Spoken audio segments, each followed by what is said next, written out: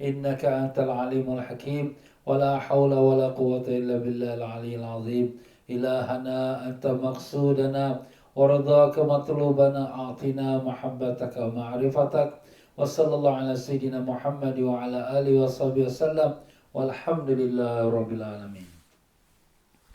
Assalamualaikum ya Rasulullah. Assalamualaikum ya Nabi Allah.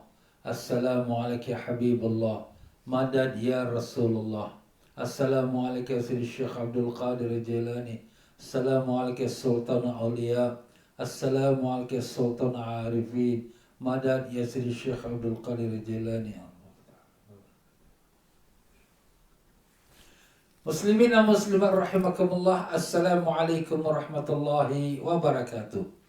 Alhamdulillah, syukur kita pada Allah Ta'ala yang telah pertemukan kita pada malam ini. Pengajian kita Al-Hikam pada hari Rabu malam Khamis di Masjid An-Nur, Marsiling, Singapura. Para jemaah sekalian semua, apa khabar? Alhamdulillah, mudah-mudahan Allah panjangkan umur, semua dalam sihat walafiat, ditanamkan iman dan taqwa, dibukakan pintu ma'rifat, dimatikan dalam iman dalam Islam dalam husnul khatimah, dan ditemukan semua kita dengan Rasulullah sallallahu alaihi wasallam, mendapat barakah dan syafaat baginda. Allahumma amin ya rabbal alamin. Ya para jemaah sekalian, alhamdulillah kembali kita dalam pengajian kita Al-Hikam, di mana kita telah sampai di muka surat 125. Bagi mereka yang memegang kitab yang lama, mereka boleh buka muka surat 125 pada tajuk pahala taat di dunia. Pahala taat di dunia, kalam hikmah yang ke-100. Jadi kalau sekiranya mereka yang punya kitab yang baru, kitab hikam yang baru, mungkin tak sampai muka surat yang tersebut. Jadi pokoknya tengok pada tajuk pahala taat di dunia dari dalam pada kalam hikmah yang ke-100. Ya para jemaah sekalian, dalam pelajaran kita yang lepas, kita telah membicarakan bagaimana Al-Imam Ibnu Athaillah Iskandari rahimahullah ta'ala nak memberitahu kepada kita bahawa pemberian manusia itu adalah merupakan satu herman ataupun satu hijab yang menutupi antara kita dengan Allah Ta'ala. Dan demikian pula apabila tak mendapatkan sesuatu yang kita mohon dari Allah, itu adalah merupakan ihsan, satu kurnian Allah Ta'ala pada kita. Pelik kan? Orang memberi, kita kata itu satu penghalang antara kita dengan Allah. Allah Ta'ala tak beri pula, itu kita kata satu ihsan. Itulah yang telah kita bincangkan pelajaran yang lepas. Ringkasnya bahawa bila orang tu memberi kepada kita, hati kita sudah tersangkut dengan dia. Maksud sangkut tu sudah terhutang budi. Sudah kita ni macam orang kata tertunduk, terikut apa yang dia minta. Orang nak makan budi, jadi kenalah balas budi. Jadi begitulah dia. Sebab tu orang-orang yang alim-alim ulama dahulu, mereka tu lebih senang kalau orang tak memberi. Habis ustaz, orang dah beri kita, takkan kita nak tolak. Yalah, itulah yang dikatakan tadi. Sebab tu Nabi mengatakan, sesiapa yang memberi pada kamu, kamu balasilah dia seperti mana yang dia balas, yang dia beri pada kamu. Supaya kita tak ada terhutang budi lagi dengan dia. Dan kalau tak ada apa nak balas, maka doakanlah dia. Sehinggalah doa itu memadai sebagai balasan untuk dia. Dan setak ada apa nak doa, maka katakanlah jazakallahu khaira. Ya, semoga Allah membalasimu dengan kebaikan. Itu sudah memenuhi balasan kepada orang yang memberi itu. Itulah tuan-tuan ya. Manakala pula bila Allah Ta'ala tu menyekat sesuatu, tidak memberi apa yang kita minta, itu merupakan ihsan Allah. Mana kurnian Allah. Kenapa? Sebab bila Allah tak memberi, mana Allah ada satu keputusan. Allah ada satu perkara yang Allah nak beri pada kita yang tak diberi sekarang. Jadi itu lebih baik daripada apa yang kita minta. Sebagai contoh, kita minta kekayaan, tapi tak diberi kaya. Allah nak siapkan kekayaan kat dalam syurga yang lebih baik lagi daripada kekayaan di dunia. Ataupun kita minta sihat, tapi Allah tak bagi kita sihat, sakit lagi. Tapi Allah nak jadikan kita dengan sakit itu, diangkatkan darjat kita. Jadi dalam Allah menahan sesuatu tu, sebenarnya ada terselit pemberian Allah yang lebih baik untuk kita yang kita tidak tahu. Jadi sebab itulah di sini bagi kita orang yang makrifat, yang jalan menuju pada Allah, kita tidak ada rasa gusar, tak ada rasa marah, kecewa. Aku dah doa pada Allah ni, Tak dapat-dapat juga, tak ada rasa kecewa. Kenapa kita tahu? Yang kita ni tak dapat apa kita minta pada zahirnya, hakikatnya sudah dapat kerana Allah sudah siapkan untuk kita sesuatu yang lebih baik untuk kita. Masya Allah. Ini kata-kata orang-orang makrifat ni, dia punya makrifat ataupun pengetahuan dia, ilmu dia bukan hanya depan mata, jauh menjangkau sampai ke tak ada batasannya. Sebab mereka melihat dengan nurullah, dengan nur Allah Ta'ala. Sebab tu di sini kita bila kita faham perkara ni semua, kita tak ada rasa masalah hidup kita ni. Allah Ustaz, susah kita di COVID ni. Tak ada apa. Kita nampak COVID ni sebagai satu penghalang daripada kemajuan kita, kebaikan kita, kekayaan kita. Tapi dia ada sesuatu kebaikan yang lebih baik lagi untuk kita yang Allah Ta'ala siapkan. Apa kebaikan dia Ustaz? Kebaikannya Allah nak baiki iman kita. Nak betulkan hati kita. Nak betulkan amalan kita. Nak bagi kita banyak beribadat. Nak supaya kita siapkan diri kita nak balik ke akhirat. Itu antaranya. Dan juga syurga yang Allah siapkan untuk hambanya di akhirat pula.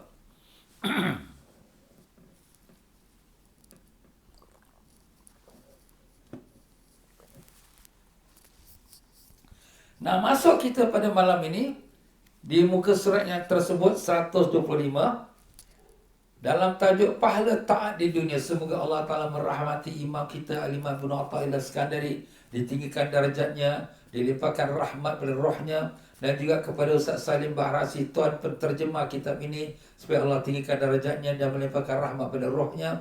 Kepada kedua-dua guru kita itu kita hadiahkan suratul Fatihah. A'udzubillahi minasyaitonir rajim. Alhamdulillah Rabbil Alamin Ar-Rahman Ar-Rahim Maliki Yawmiddin Iyyaka na'budu wa iyyaka nasta'in Ihdinas mustaqim Siratal ladzina an'amta 'alaihim ghairil maghdubi 'alaihim waladdallin. Qala al-mu'allif rahimallahu ta'ala wa nafa'ana Allah bikum fid darani amin. Pahala taat di dunia. Kafa min jazaihi iyyaka 'ala ta'ati an radiyaka laha ahlan. Artinya, kafa min jazaihi iyyaka, cukup menjadi balasan Allah atas ketaatan kamu jika Allah reda menjadikan engkau ahli taat, ahli ibadat. Masya Allah. Kita punya ketaatan, kita punya ibadat, kita punya amalan semua, apa balasan dia Ustaz? Balasan dia yang paling top, yang paling number one ialah Allah reda dengan kau punya ibadat. Itu sudah menjadi balasan paling besar sekali. Ustaz, bahan kita nak tengoklah apa balasannya. Kita senang ke, dapat rezeki ke? Nampak? Allah Ta'ala memberikan sesuatu yang tak ada nilainya, yang tak boleh dibeli dengan dunia. Satu dunia ini kita nak beli di reda Allah, tak akan dapat kita beli reda Allah. Kerana reda Allah tersangat berharga, lebih lagi berharga daripada dunia dan isinya. Itu dia tuan-tuan. Jadi kalau sekiranya seorang tu dapat buat ibadat, beramal, itu sudah menjadi, dan kemudian Allah reda, tapi Allah reda. Redanya Allah itulah menjadi sebagai satu dia punya balasan yang terbesar sekali di sisi Allah. Kenapa Ustaz? Kerana seseorang raja, dia tidak akan memanggil seseorang itu untuk khidmat pada dia, melainkan dia akan nak berikan kemuliaan pada hamba itu. Raja, kau mari datang masuk istana aku, kau mari buat.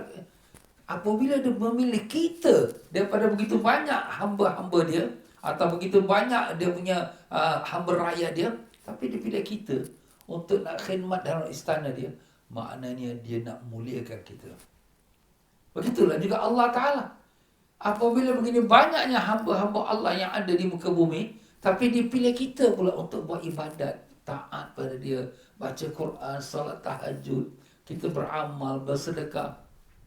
Maka ini nak menunjukkan Allah nak muliakan kita. Nak muliakan kita tu dengan Allah reda dengan kita. Dan begitulah Allah SWT tidak akan membawa seseorang tu berhadap dengan dia.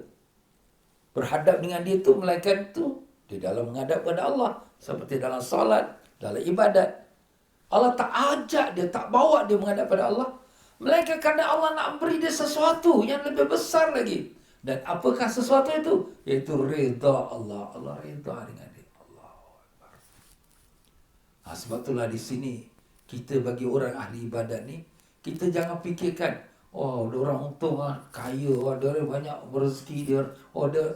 Kita yang dapat ibadat ini satu nikmat daripada Allah, dan kalau Allah reda, itu sudah balasan yang cukup besar. Sebab tu amalan ataupun doa para ulama-ulama kita apa dia? Ilahana anta maqsudana wa ridhaka matlubana.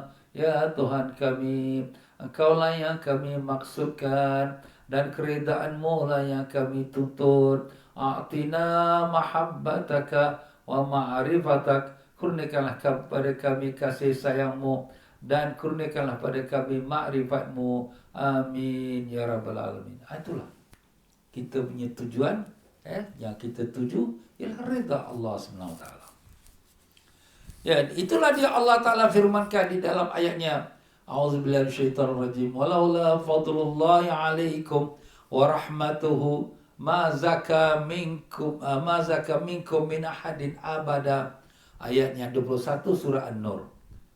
Ya, iaitu artinya, kalaulah tidak kurnian Allah atas kamu, kalau tidak kerana kurnian Allah atas kamu dan rahmat Allah atas kamu, saya tidak akan disucikan seseorang pun daripada kamu selama-lamanya. Tak disucikan, tak dibersihkan hati dia. Jadi kita yang dapat datang ibadat pada Allah, yang dapat tunduk pada Allah, yang Allah bawa kita ke hadrat dia, itulah kurnian Allah yang paling besar sekali. Dan Allah balaskan kita dengan reda Allah. Sebab itulah sahabat-sahabat, darjat mereka yang paling tinggi sekali, radhiyallahu anhum, Allah reda pada mereka. Sebab itulah tuan-tuan dan puan-puan, ya, kita janganlah mengharapkan sesuatu kelebihan dunia. Ya, kelebihan dunia tak salah, tapi itu bukan tujuan kita, bukan matlamat kita, bukan kita yang kepada itu jurusannya untuk kita buat ibadat. Ibadat kita, ya Allah, redailah amalanku ni, maafkanlah kesilapanku, ya Allah, terimalah amalanku. Itulah yang paling besar sekali. Ya, bagi orang yang melakukan ibadat dan untuk dia mendapatkan reda Allah Ta'ala, yang paling penting ialah mendapatkan taufik. Jadi ibadat ini merupakan taufik. Ibadat dia merupakan taufik. Taufik itu mana? Petunjuk Allah untuk bawa kita kepada ibadat. Ya, itulah taufik. Itu yang paling besar. Dan dengan ada taufik itulah dapat kita merealisasikan 3 perkara. Iaitu kita benar-benar pertuhankan Allah, dan benar-benar kita berhadap dengan Allah Subhanahu Wa Taala, dan benar-benar kita memperhambakan diri kepada Allah. Itu dia. 3 perkara kita akan dapat dengan apabila kita dapat merealisasikan taufik. Taufik itu ialah ketaatan ibadat. Jadi bila kita dapat ibadat pada Allah, jaga 5 waktu solat, jaga aurat kita, jaga makan minum kita yang halal, kita ikut perintahnya, jauhkan larangannya, maka kita telah dapat merealisasikan 3 perkara. Iaitu membenarkan Allah sebagai Tuhan. Kalau tidak, kita buat apa nak buat? Kerana dia Tuhan, kita hamba. Keduanya ialah kita berhadap kepada dia, menghadap pada hati kita pada dia. Dan ketiga, kita memperhambakan diri kita padanya. Jadi perhambaan diri. Iyyaka na'budu, kepada Engkau kami menyembah, pada Engkau kami memperhambakan diri. Itulah dia, tuan-tuan. Ya, jadi apabila seseorang hamba itu dia telah mendapatkan taufik dan hidayahnya, maka itulah kata tuan penterjemah kita, taufik dan hidayat yang diberikan Allah kepada seorang hamba itu sebagai kurnia sebesar-besarnya bagi seorang hamba. Sebab dengan hidayat dan taufik itulah seorang hamba dapat menerima nikmat dan bahagia dunia dan akhirat. Ini paling besar sekali. Tak ada lebih besar lagi daripada nikmat taufik hidayat, iaitu iman dan Islam. Sebab itulah selalu saya kata, di hari akhirat, apabila orang kafir dia melihatkan azab neraka, maka mereka nak bagi, ya Allah, ambil semua harta aku, ambil semua family aku, lepaskan aku dari neraka. Takkan dapat diterima. Harta 1 juta, 1 bilion, 3 bilion ataupun 1 dunia seluruhnya. Ambillah ya Allah. Lepaskan aku dari neraka. Tak akan dapat diterima. Itulah dia tuan-tuan. Harga iman yang kita ada ni. Dia lebih berharga. Lebih daripada dunia dan segalanya. Dan itulah taufik daripada Allah SWT. Ya, jadi apabila Allah SWT telah menganugerahkan seorang hamba itu dengan taufik dan hidayatnya, dan meredai akan dia, maka Allah Ta'ala mengurniakan dia pembukaan. Ini yang kita katakan kalam hikmah yang berikutnya, kalam hikmah 101, kata tuan pengarang kita, kafal amilina jazaan ma huwa fatihuhu ala qulubihim fi ta'atihi wa ma huwa muriduhu alaihim min wujudi mu'anasatihi. Artinya, cukup sebagai pembalasan Allah pada orang-orang yang beramal apa yang telah dibukakan oleh Allah Ta'ala dalam hati mereka dari kegemaran melakukan taat. Kita ni bila buat ibadat ni, kita dengan sungguh-sungguh, kita gemar. Kalau terlepas kita daripada bangun tahajud, Allah ruginya, kenapa aku tak bangun? Dan kalau terlepas tak dapat baca Quran, Allah rugi, kenapa hari ni aku tak baca Quran? Begitulah. Jadi kita bila dapat buat ibadat tu, hati kita gembira.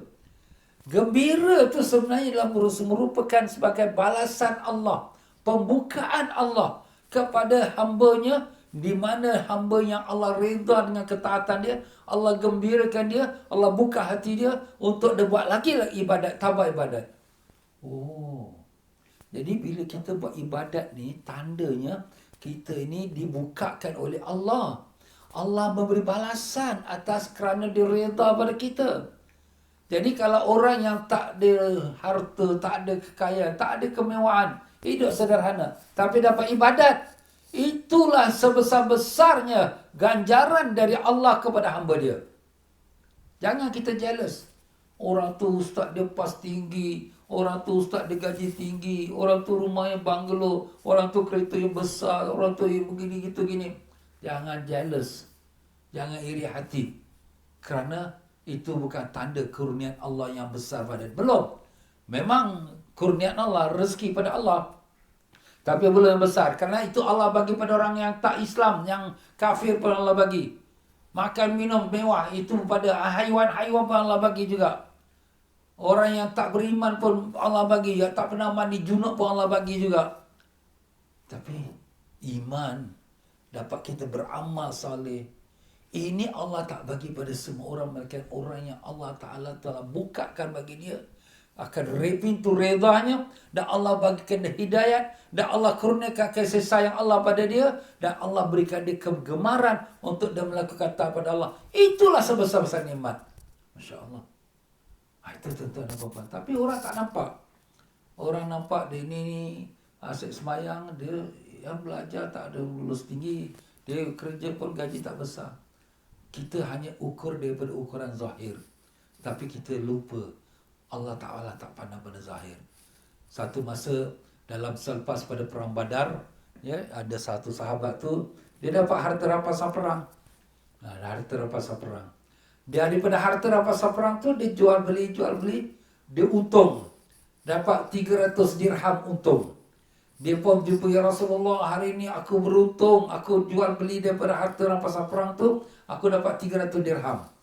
Nabi pun berkata pada dia, nak tak aku beritahu pada kau orang yang lebih lagi untung daripada apa yang kau dapat tu? Dia kata, ya Rasulullah, siapa dia? Nabi kata, siapa yang sembahyang sunat subuh 2 rakaat. Sembahyang sunat subuh 2 rakaat lebih besar daripada dunia dan isinya. Ini orang paling kaya. Yang paling kaya kata orang ni ada 10 million, orang ni ada 10 billion. Tapi orang yang paling kaya, orang yang memiliki dunia lah, lebih besar pada dunia. Siapa dia? Iaitu yang sembahyang sunat subuh 2 rakaat. Nampak? Nabi nak mengalihkan kefahaman dia dengan kebesaran dunia kepada kebesaran amal taat. Inilah dia tuan-tuan. Tapi taklah salah. Habis Ustaz kita meniaga salah. Tak salah. Meniaga cari rezeki. Niat nak cari rezeki untuk beri makan minum anak isteri kita. Untuk kita nak buat beramal ibadat. Itu pahala. Cuma dari segi zahir keduniaan, itu belum besar lagi. Orang ada 10 bilion. Wah, dia ni kaya Ustaz. Dia billionaire. Bukan millionaire lagi. Billionaire. Tak ada apa. Ya, dia billionaire. Besok dia mati. Semua tinggal. Tak ada dia bawa pun. Tengok orang millionaire semua yang dah mati. Apakah mereka kekal hidup kat dunia? Tak kekal pun, mati. Raja-raja yang kaya-kaya raya semua mati. Apa yang mereka bawa dalam kubur? Hanya kain kapan saja. Tapi yang mereka bawa ialah amalan mereka. Yang baik-baiklah, yang tak baik, tak baiklah. Allah na'udzubillah. Itulah tuan-tuan. Jadi inilah Al-Imam bin Athaillah Iskandari nak tegaskan kepada kita. Sedarlah wahai orang yang beramal, bahawa kalau sekiranya Allah Ta'ala tu dah bukakan bagi kamu, hati kamu tu gemar beribadat, hati kamu tu suka kepada taat, itu merupakan balasan Allah sebesar-besarnya. Masya Allah, Masya Allah.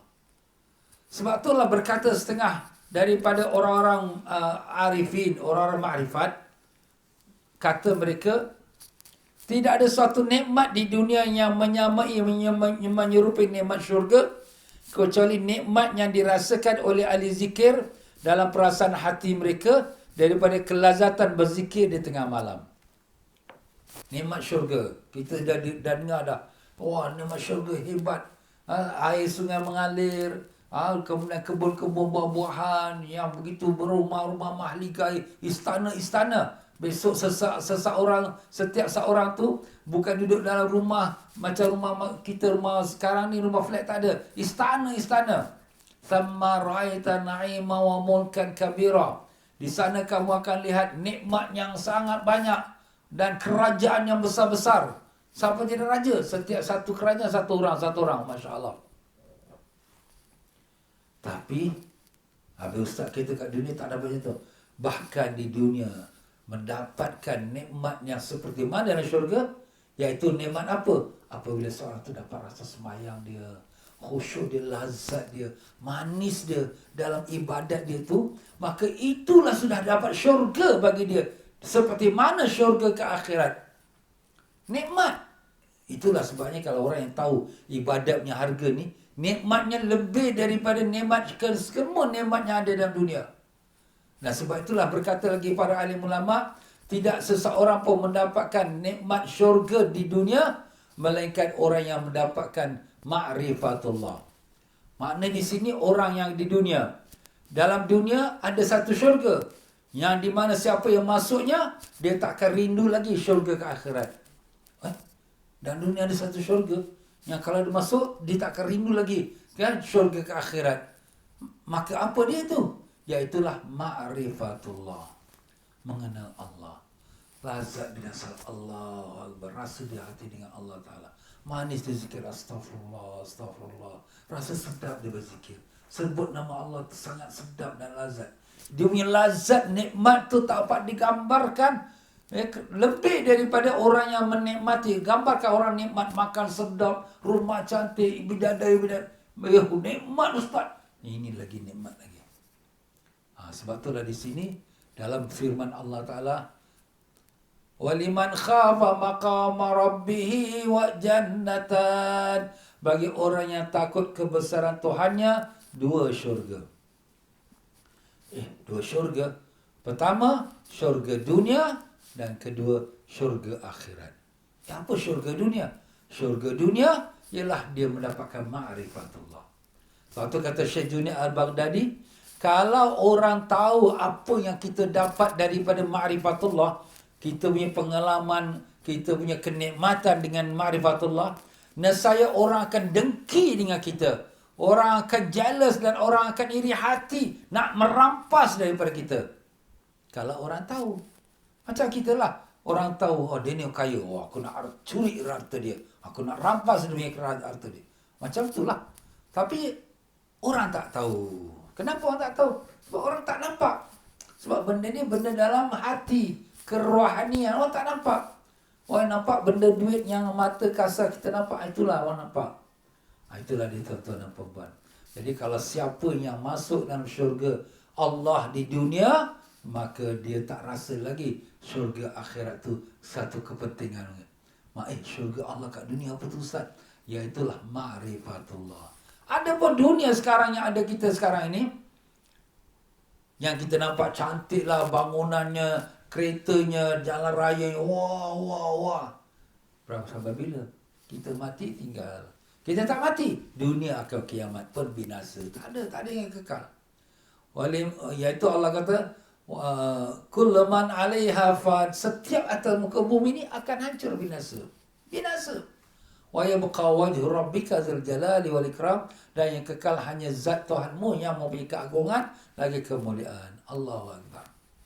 Baik, jadi itulah dia tuan-tuan dan puan-puan rahimakumullah. Apabila kita dapat beribadat, ibadat kita tu dengan penuh rasa khusyuk, dengan dapat rasa kemanisan, itulah sebesar-besar balasan Allah kepada hamba-Nya beramal. Kita sambung lagi kata-kata dia. Dan apa yang diberikan Allah kepada mereka yang berupa kesenangan berzikir, kepuasan berkhalwat, menyendiri dengan Allah. Ini semua merupakan kurnia Allah. Kurnia Allah dapat kita berzikir. Kurnia Allah dapat kita duduk sendirian, zikir, ingat pada Allah, dosa kita, menangis air mata kita.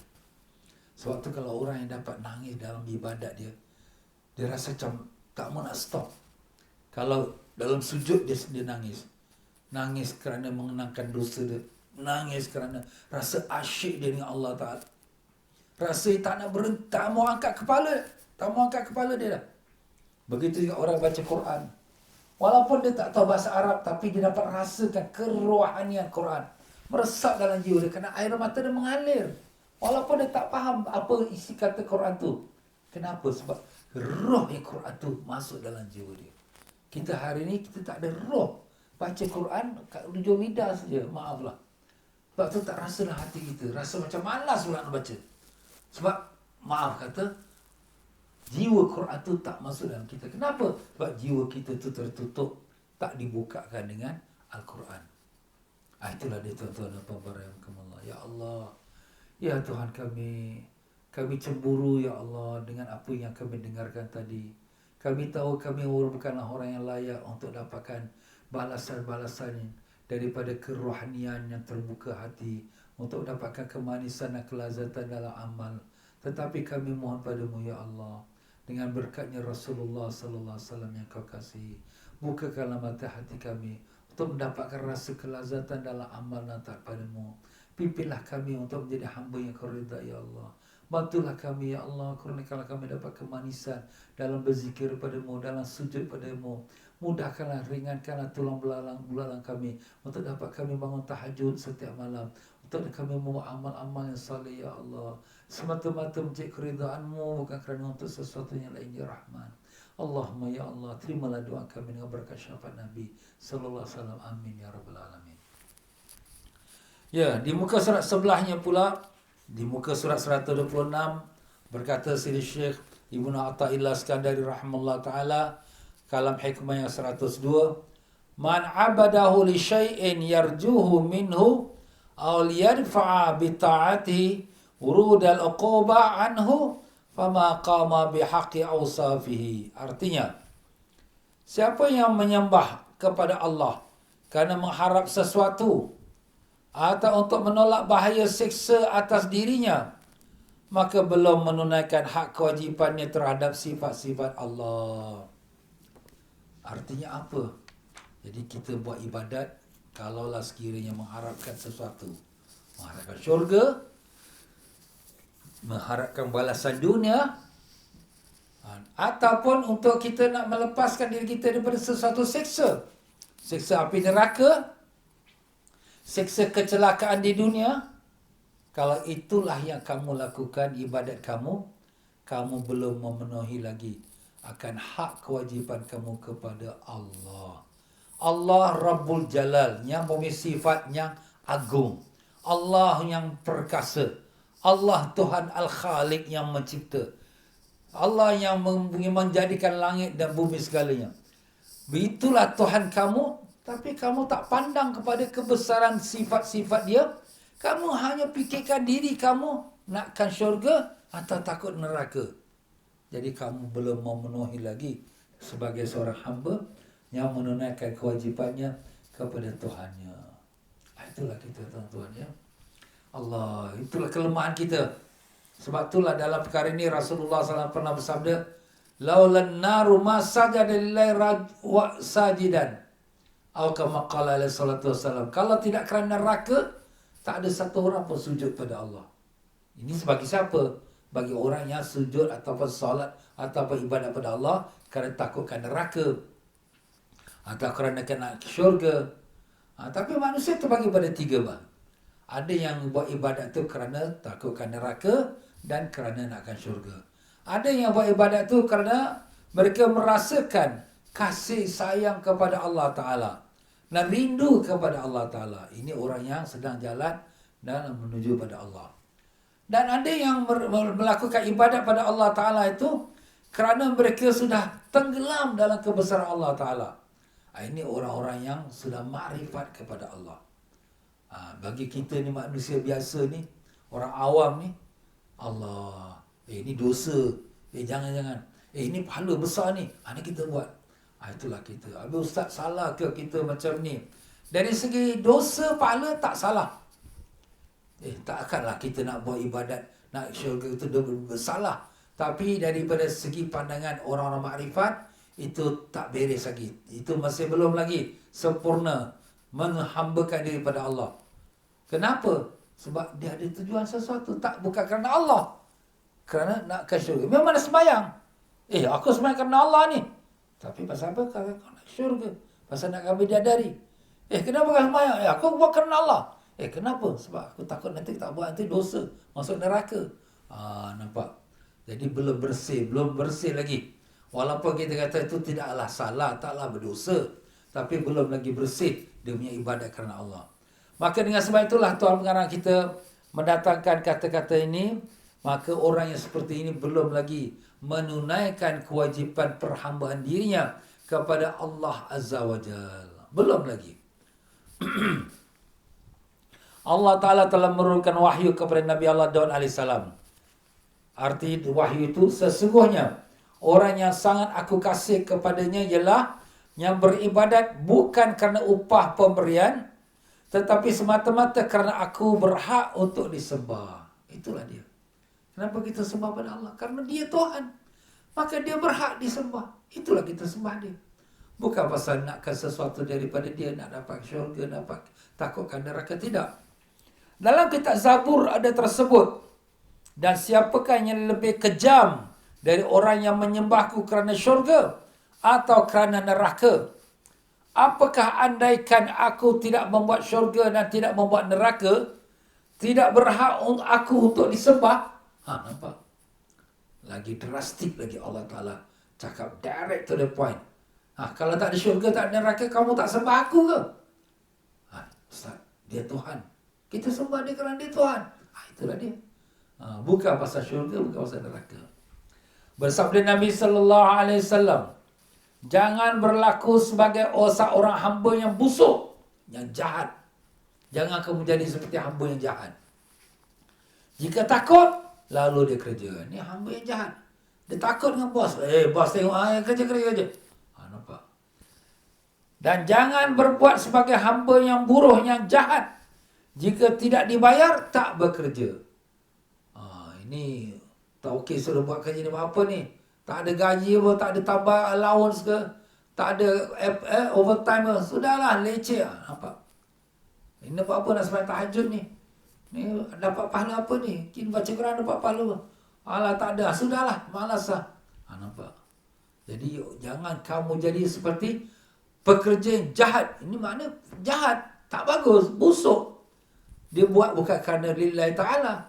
Dia buat kerana nakkan gaji, iaitu syurga. Dia buat kerana takut dimarahi, iaitu masuk neraka. Allah. Habis ustaz kita ni kalau tak ada sebut neraka, syurga, tak ada semangat nak kuat ibadat.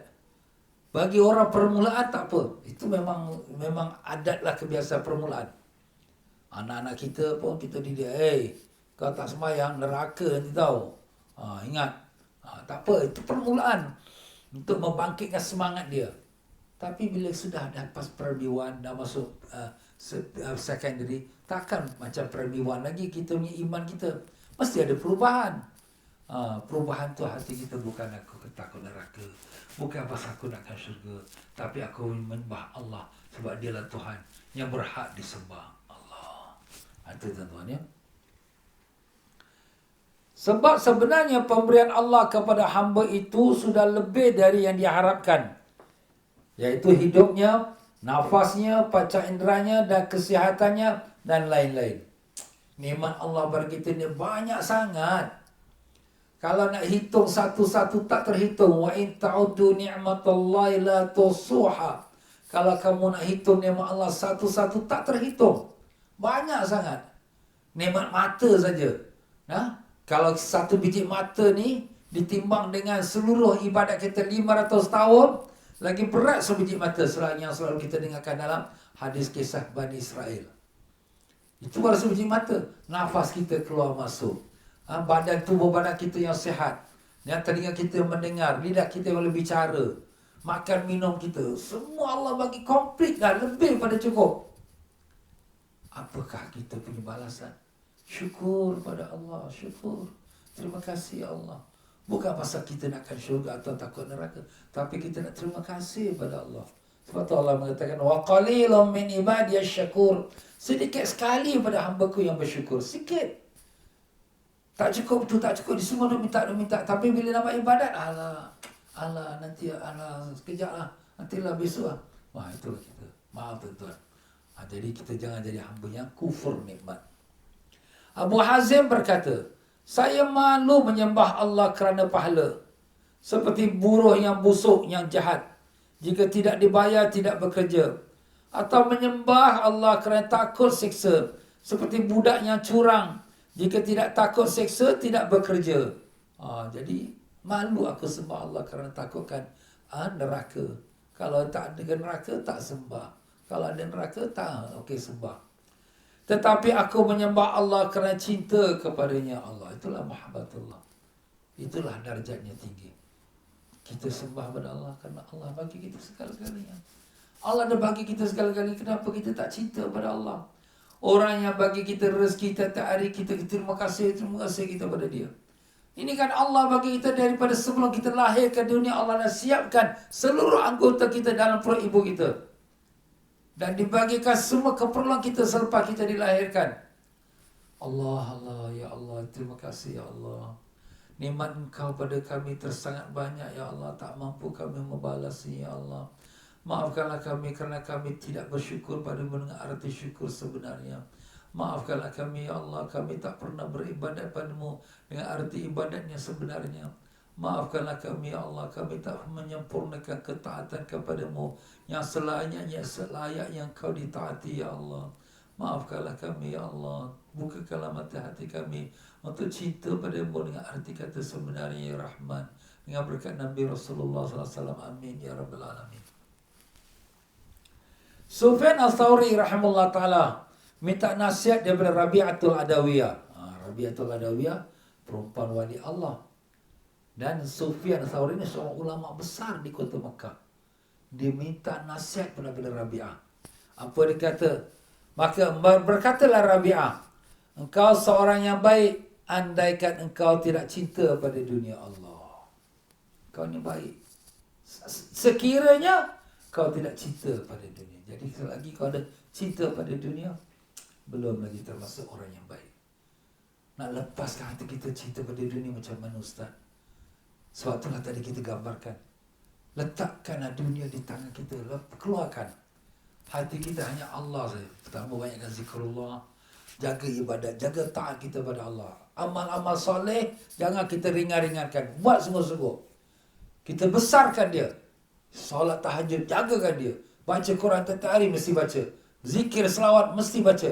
Jadikan di satu amalan mesti kita buat. Jadilah kebesaran Allah dalam senang hati kita. Dunia, buatlah ala qadar, sekadar yang kita perlu. Bukan kita nak hidup lama pun. Kita tak jadi millionaire pun tak apa. Tak jadi billionaire pun tak apa. Tak jadi orang terkenal pun tak apa. Tak ada orang tahu kita pun tak apa. Yang pentingnya Allah kenal kita. Itulah dia tuan-tuan. Ya, kita tak perlu nak berlumba competition dengan orang lain. Kita nak tak ada ke mana. Aduh ustaz, dorang ni dah membuka itu company buka. Biarlah itu dorang. Manusia ni, itulah Nabi kata. Law kana li bani Adam wadiyan min az-zahab la yatamanna yakuna lahu wadiyan ukhra. Kalaulah anak Adam tu ada satu lembah daripada emas, lembah emas, dia bercita-cita nak lagi satu lembah lagi pada emas lagi, nak lagi. Dah cukup 1 million, nak lagi 1 million lagi. Dah cukup 1 billion, nak lagi 1 billion lagi. Tetapi tidak dipenuhi, dia melainkan tanah yang penuh mulut dia. Besok masuk dalam kubur, tanah yang penuh mulut dia. Allahu Akbar. Ya Allah, ya Tuhan kami, ampunkanlah kami, ya Allah. Buangkanlah kebesaran dunia daripada hati kami dan masukkanlah kebesaran Engkau, ya Allah, dalam hati kami, ya Allah. Kami redha dengan takdir-Mu, kami syukur dengan nikmat-Mu.